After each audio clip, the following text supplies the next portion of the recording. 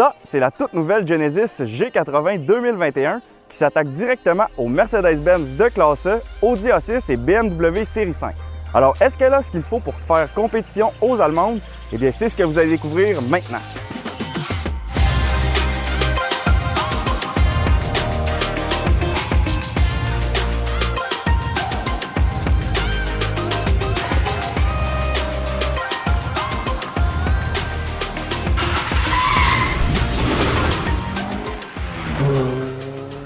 Le segment des berlines intermédiaires de luxe, c'est l'équivalent du mont Everest de l'automobile.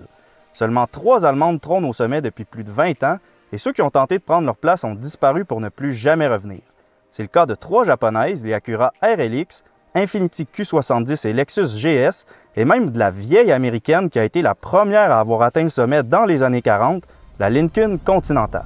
S'attaquer à ce segment-là, c'est évidemment une mission qui est périlleuse pour Genesis, parce que partout dans le monde, les gens qui achètent ce type de voiture-là, ils les achètent aussi pour le badge, et celui de Genesis est évidemment moins prestigieux que celui des Allemandes.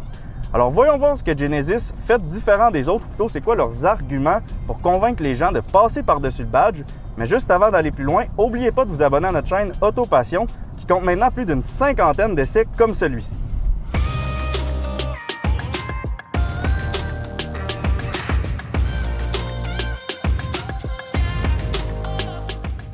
Le premier argument, c'est d'offrir un look distinctif et comme avec le GV80 que j'ai essayé dernièrement, la G80 adopte la nouvelle philosophie de design de la marque avec l'immense grille de calandre à 5 points et les fameuses 2 lignes aussi qui débutent avec les phares à DEL à l'avant, se prolongent au niveau des clignotants sur les côtés et vont rejoindre les feux à l'arrière. Et sur les côtés, notre G80 propose aussi de très belles jantes et une ligne de toit qui est plongeante aussi pour donner des airs de coupé 4 portes.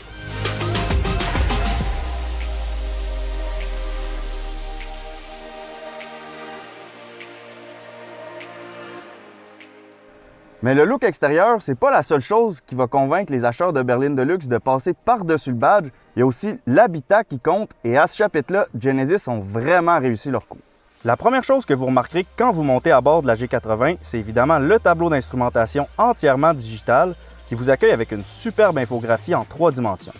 L'écran multimédia pour sa part est le même que celui du GV80, donc on part d'un écran tactile de 14,5 pouces, compatible avec Apple CarPlay et Android Auto, et qui propose aussi une pléthore de menus allant de la radio satellite au son d'ambiance, dont l'utilité dans la vie de tous les jours m'échappe encore, je dois l'avouer. Sinon, tous les matériaux que vous voyez sont d'une qualité exceptionnelle, comme le cuir Napa, le vrai bois sur le tableau de bord et dans les portières, l'aluminium brossé et surtout le sélecteur de vitesse en verre qui est tout simplement magnifique. En fait, le seul reproche que j'aurai à faire pour ce qui est de l'intérieur, c'est la forme du volant à 4 branches dont je ne suis pas un grand fan, mais sinon, l'habitacle de la G80 n'a absolument rien à envier aux Allemandes et est de loin supérieur aux marques japonaises concurrentes.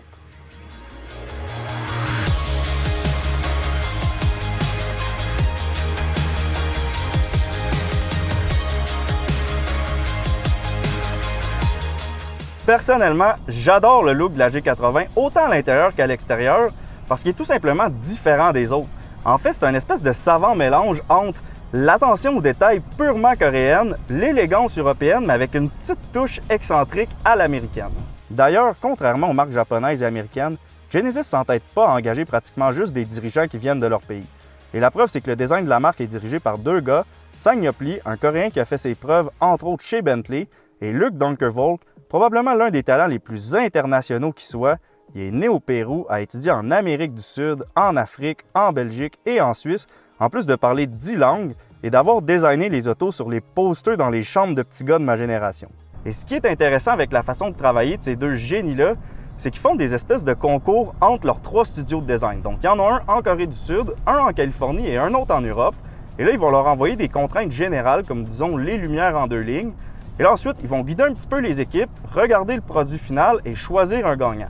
Alors, dans le cas de la G80 et du GV80, par exemple, le look extérieur a été fait par le studio de Californie et l'habitacle a été designé par le studio de Corée. Alors, c'est vraiment une façon de faire qui est complètement différente et je vous parie qu'avec un marché qui est aussi global que l'automobile, ça risque de devenir la norme avant longtemps.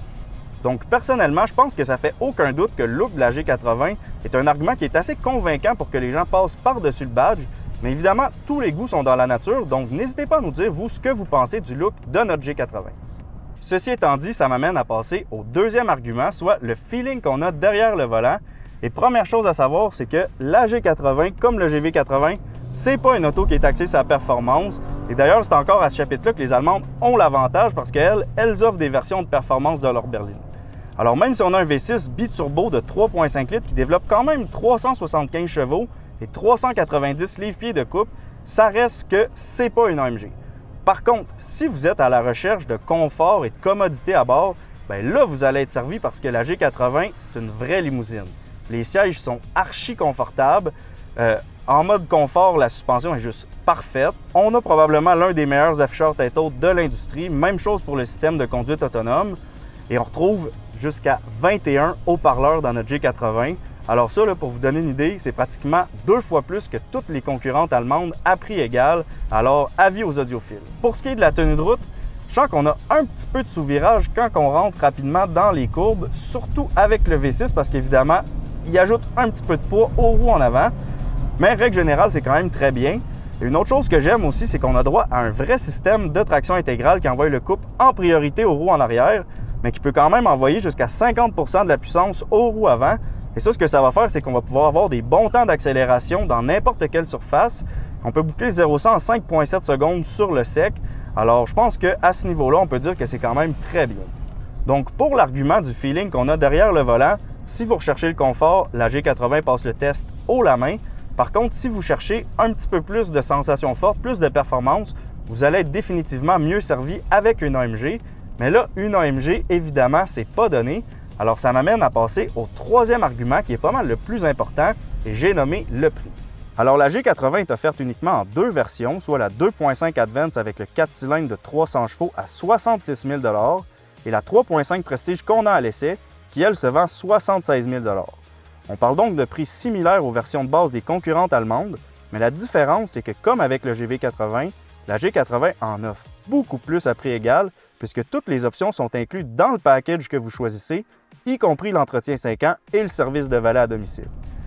Alors là, si vous êtes dans le marché pour une berline intermédiaire de luxe à plus ou moins 75 000 $, vous avez probablement une certaine base en économie et vous demandez sûrement comment est-ce que c'est possible pour Genesis, qui est quand même une jeune marque, d'en offrir plus que les Allemandes à prix égal. Eh bien, comme je l'ai déjà expliqué dans mon essai du GV80, Genesis est une marque qui appartient au groupe Hyundai et ce manufacturier-là, c'est carrément la définition de l'intégration verticale. Alors, dans leur usine en Corée du Sud, non seulement ils vont assembler leurs propres autos, mais ils vont se faire leur propre acier et vont même jusqu'à fabriquer leur propre bateau cargo pour pouvoir distribuer leurs produits un peu partout sur la planète. Et là, vous pourriez penser aussi que, ouais, mais jamais les ventes de la G80 vont être assez grandes pour pouvoir justifier toutes les dépenses en recherche et développement. Mais il ne faut pas oublier que les Coréens du Sud, ils achètent presque juste leur propre auto. Et la preuve, c'est que notre G80, c'est la deuxième voiture la plus vendue dans ce pays-là avec plus de 40 000 unités écoulées par année. Alors, quand on parle d'achat local, disons qu'eux, ils ont compris le principe. Et si on ajoute en plus l'intégration verticale, eh bien, on se retrouve avec une voiture qui est pratiquement 10 000 $ de moins à équipement égal par rapport à ses concurrentes allemandes qui, il faut le dire, vont aussi vous faire payer pour le fameux badge.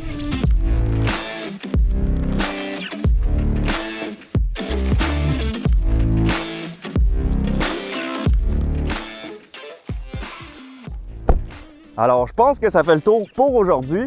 Donc, n'hésitez pas à nous dire ce que vous pensez de la nouvelle G80 et aussi à quel point, justement, vous accordez de l'importance au badge.